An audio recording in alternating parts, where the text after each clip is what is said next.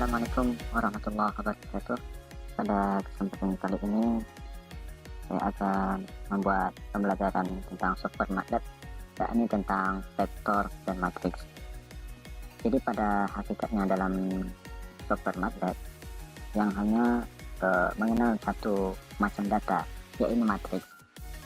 Sedangkan vektor itu atau skalar itu bisa dibentuk dan matriks satu baris banyak kolom, kemudian bisa juga dengan satu kolom banyak baris.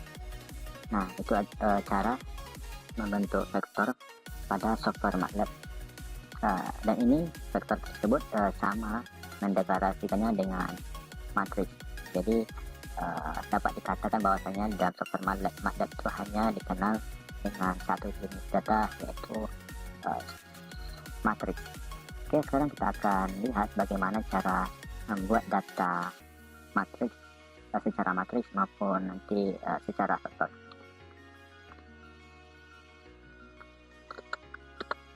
Saya hapus terlebih dahulu kita windownya, kemudian kita lihat bagaimana data yang dibentuk secara matriks namun ia tergolong dalam skalar.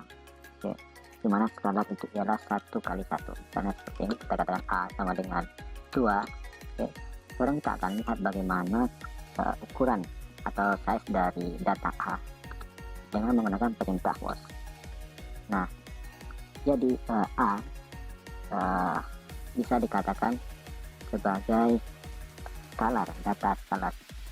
Nah, di sini kita mendeklarasikan A itu dengan secara membuat sama dengan atau dengan menggunakan satu data saja itu bisa. Lalu bagaimana jika kita deklarasikan nilai A secara matriks, yang ini inti dari pembelajaran kita pada kesempatan kali ini.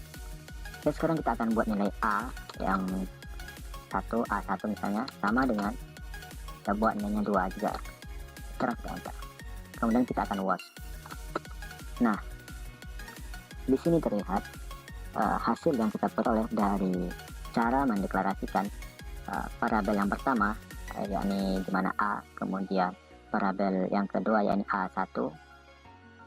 Yang A pertama itu dideklarasikan dengan secara langsung, yaitu menuliskan nilai A sama dengan 2. Kemudian kita mendeklarasikan A1, kita mendeklarasikan nilainya yakni dengan cara matriks ya, atau cara mendeklarasikan matriks.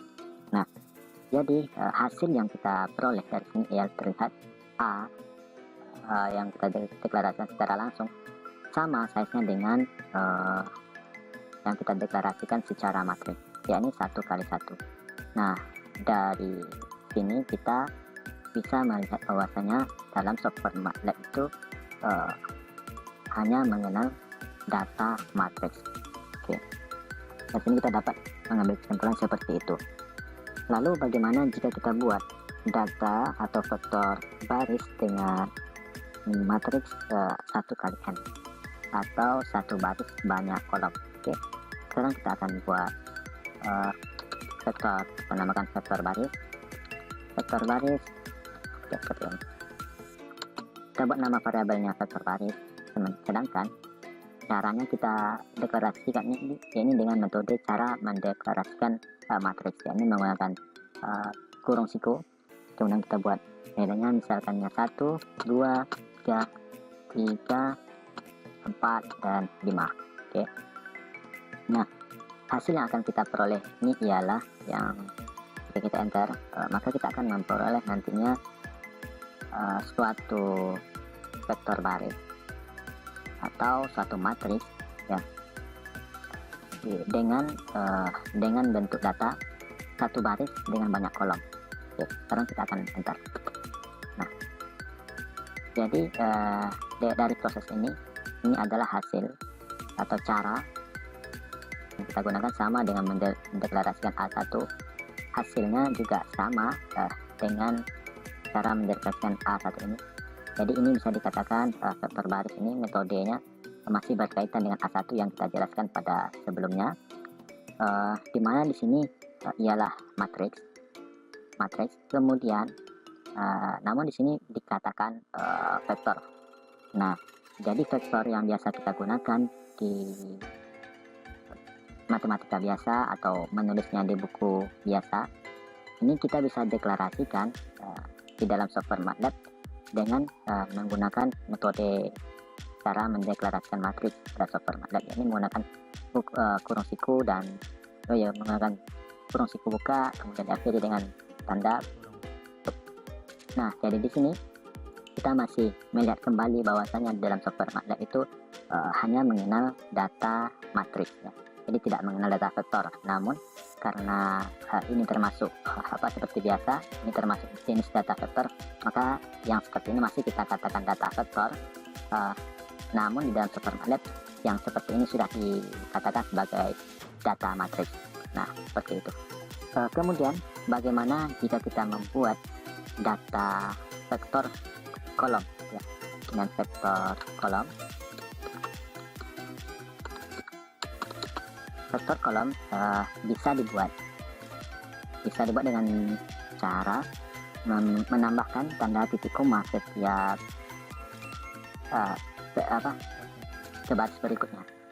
Jadi di sini kita akan membuat data vektor kolom, yakni satu kolom dengan banyak baris. Seperti ini kita bisa buat baris yang pertama misalkan 9, kemudian baris kedua misalkan 8, kemudian baris yang ketiga 5, baris yang keempat 3, baris yang kelima 1. Nah, seperti ini. Sekarang kita akan enter untuk melihat hasil vektor kolom yang dideklarasikan secara matriks. Nah, sekarang kita akan wash. Oke. Jadi dalam membuat vektor kolom tadi berbeda dengan cara membuat vektor baris. Di vektor baris kita tidak menggunakan tanda titik koma, sedangkan di vektor baris kita menggunakan spasi, sedangkan di vektor kolom kita menggunakan titik koma untuk membuat ke baris berikutnya, sedangkan di vektor baris kita menggunakan spasi untuk membuat ke kolom berikutnya. Oke. Jadi kalau ini baris ke kolom berikutnya, sedangkan vektor kolom itu kita menggunakan titik koma untuk ke baris berikutnya. Nah, jadi dengan di sini kita kita masih mengatakan ini ada data vektor, namun di sini masih terlihat yang dua ini, vektor baris maupun vektor kolom yang kita deklarasikan ini adalah bentuk data matriks. Jadi lagi-lagi kita melihat bahwasanya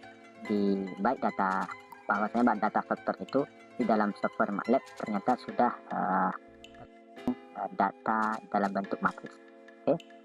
Nah, lalu cara yang pertama yang kita sudah deklarasikan ini vektor kolom. Ternyata vektor kolom itu bisa dibuat dari vektor baris. Nah, caranya itu ialah dengan menggunakan tanda koma atas ya, tanda koma atas atau tanda kutip. Oke, tanda kutip 1.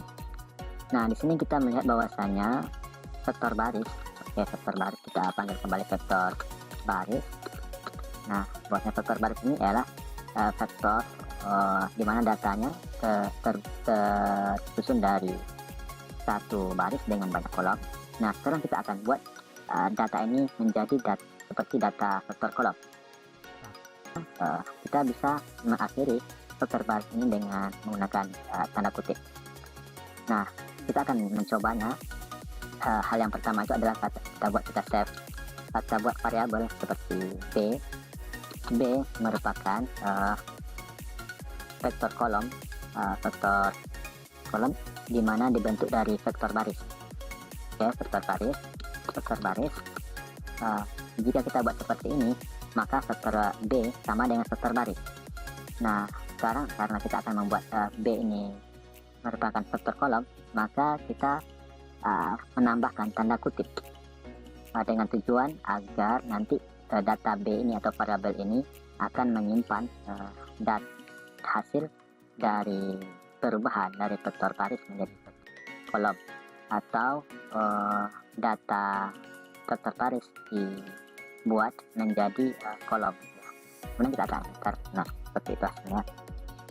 Jadi dalam membuat vektor kolom itu bisa digunakan, bisa dibuat atau bisa disusun secara manual maupun juga bisa dibuat dari menggunakan data vektor baris.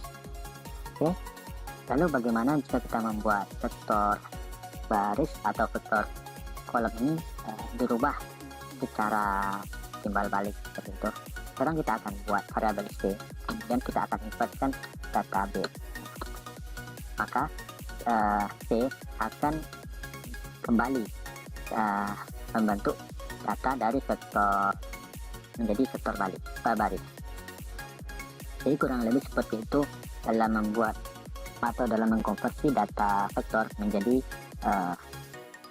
suatu matriks maupun membuat satu matriks menjadi atau membuat satu matriks dan menginversinya secara kolom maupun secara baris.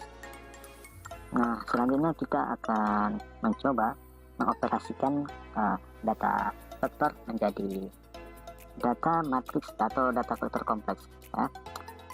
Jadi di sini yang namanya kompleks tentu ada bagian imajiner, kemudian ada bagian real. Nah, di sini kita akan contohkan variabel C. Di variabel C ini kita melihat data C ini berasal dari vektor B, dari data B, di mana data B ini berasal dari vektor baris. Ini hasil konversi dari matriks 1 kali 5 kolom, dikonversi menjadi 1 kolom 5 baris, kemudian dirubah kembali menjadi semulanya, ini sama seperti sebelumnya.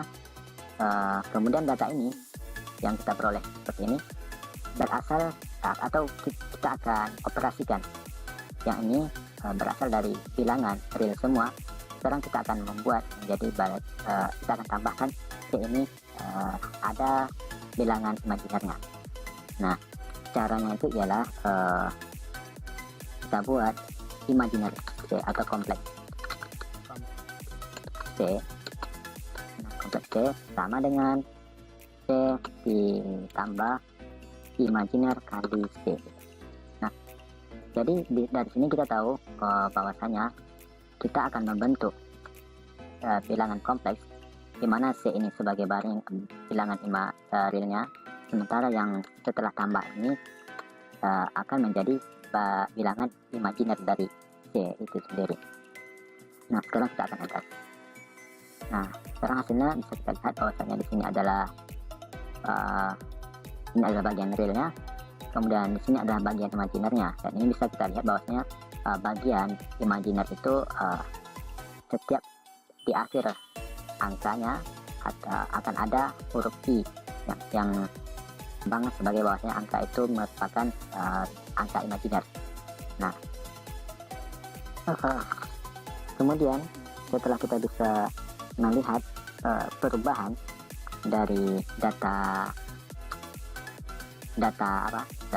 vektor yang tadi, yang baris ini kita rubah menjadi kompleks, yang dimana membutuhkan bagian imajinernya karena bagian realnya sudah kita bentuk. Lalu bagaimana bagian imajiner ini atau bagian kompleks ini kita akan operasikan seperti sebelumnya. Ini akan kita beri tanda kutip gunanya untuk merubahnya menjadi vektor baris, kemudian kita rubah juga menjadi vektor kolom. Nah, hal yang pertama yang sudah kita ketahui, yang ini merupakan vektor baris. Ya, di sini sudah terlihat, di sini ada kolom 1, kolom 2, kolom 3 yang ini, kemudian kolom 4 yang di sini, yang ini kolom 4, yang ini kolom 5. Oke, sesuai dengan bacaan di atasnya. Nah, jadi berarti datanya tersusun secara horizontal atau mendatar gitu ya, yang dimana terdiri dari 1 baris, kemudian terdiri dari 5 kolom. Oke, selanjutnya kita akan buat data kompleks C ini, kita akan invert dia menggunakan tanda kutip untuk membentuk vektor kolom, dimana vektor kolom itu dalam artian kita akan membuat yang baris akan menjadi kolom seperti itu. Sekarang kita akan buat kompleks vektor kolom kompleks C seperti itu. Kita buat kompleks C. Nah, jika seperti ini, jika kita enterkan, maka ini sama saja kita mendeklarasikan variabel vektor kolom kompleks C akan sama dengan kompleks C. Jadi datanya nanti akan sama dengan yang seperti ini di atasnya. Nah, sekarang jika kita tidak ingin menyamakannya, kita akan merubah dari data ini. Datanya nilainya tetap sama, namun formatnya berubah. Yang tadi sebelumnya ini semuanya baris akan menjadi kolom. Dalam artian baris yang pertama akan menjadi kolom yang pertama. Di sini ini kolom yang pertama akan menjadi baris yang pertama, sedangkan ini kolom kedua menjadi baris yang kedua. Kolom ketiga yang ini akan menjadi baris yang ketiga. Begitu juga selanjutnya, ini kolom keempat akan menjadi baris keempat. Ini kolom kelima akan menjadi baris kelima. Caranya kita menambahkan tanda petik 1 di akhir dari variabel kompleks C. Nah, seperti itu. Sekarang kita lihat hasilnya. Nah, hasilnya peroleh sama seperti yang kita jelaskan sebelumnya. Jadi kurang lebih seperti itu dalam mengenal data yang digunakan oleh software MATLAB atau yang bisa dioperasikan menggunakan software MATLAB, yakni data matriks. Jadi data vektor yang kita gunakan sebenarnya di dalam software MATLAB itu tergolong dalam bentuk data matriks, baik itu matriks vektor kolom maupun juga vektor baris. Ya, kurang lebih seperti itu pembelajaran kita pada kesempatan kali ini. Kurang lebih saya mohon maaf. Assalamualaikum warahmatullahi wabarakatuh.